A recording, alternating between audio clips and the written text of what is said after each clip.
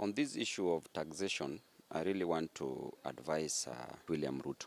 I want to talk generally about economics, and probably will pick what is important and urgent from all that, which will save the economy of this country, of our beloved nation, Kenya.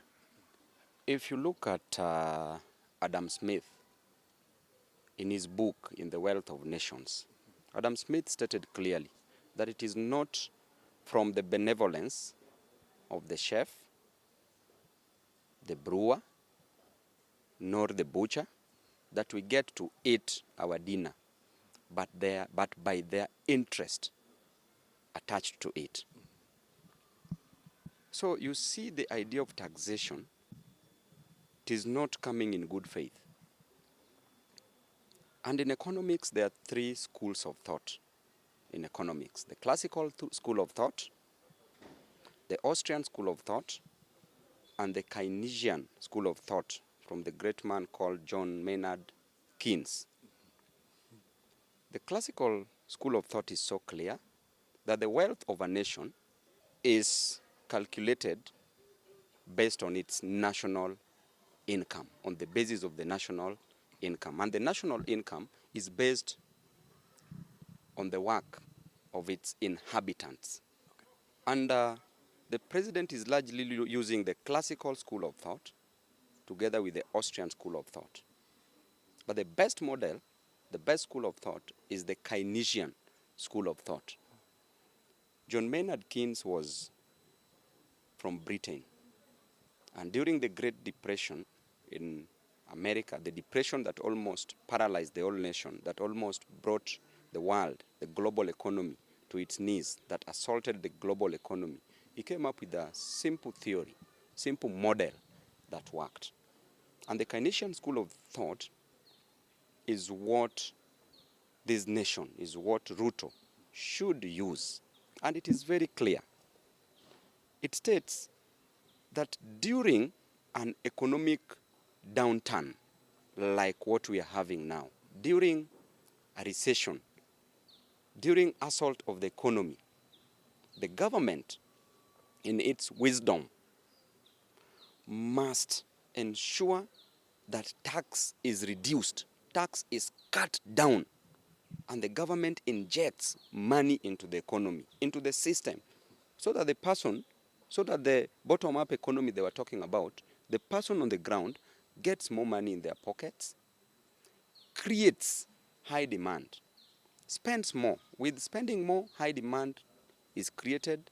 When high demand is created, our economy grows, because with the increase in demand, increase in demand increases consumption, will automatically make our economy grow. So cut down the taxes. Once you cut down the taxes, ensure that you inject more money into the system. Then when there's an economic boom, when the economy is growing up, increase the taxes a little. Okay. Remember, the economy is not growing in Kenya now. So increase a little tax, then the government to spend less. Okay. Because people shall have had money to spend. So even if tax is increased, people have money in their pockets to spend. But you cannot make a grave mistake, a mistaken belief that people have money. People have no money, people have no jobs. Therefore, increasing tax in an economy where there are no jobs and there is no money, you are paralyzing this nation. Then I don't see the reason, the need why you worked so hard to campaign. You prayed to be the president just for you to want to be hated for no reason. Okay. Why did you do so? And on the issue of the debt, that he should not take more loans. I want to also educate him on the issue of loans. And it's as simple as this. We had a great economist who was called Franco Modigliani, an Italian-American-based economist who won Nobel Prize because of economics.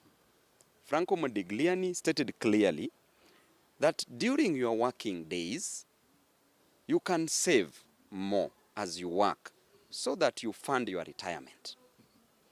And that is the introduction of the loan system through a theory called the life cycle consumption theory that he came up with.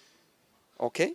So, what you ought to have enjoyed in 70 years' time, you can enjoy it now by taking a loan for it, by taking a mortgage for it.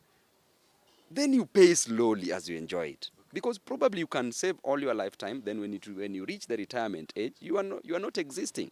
You shall have been dead by then. So what you need to enjoy in the future, you can enjoy it presently as you pay for it. Therefore, the loan system is not wrong. What is wrong is you borrow money. If you borrow money, and there are so many leakages like corruption, then you find that this borrowed money is going to waste. Then there was also a gentleman called Merton Miller. Franco Modigliani and Merton Miller came up with a theorem that states that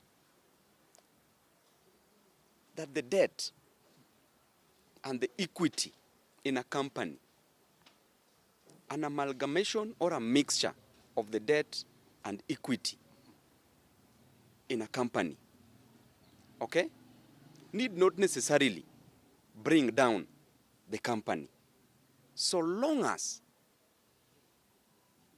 the market is efficiently run.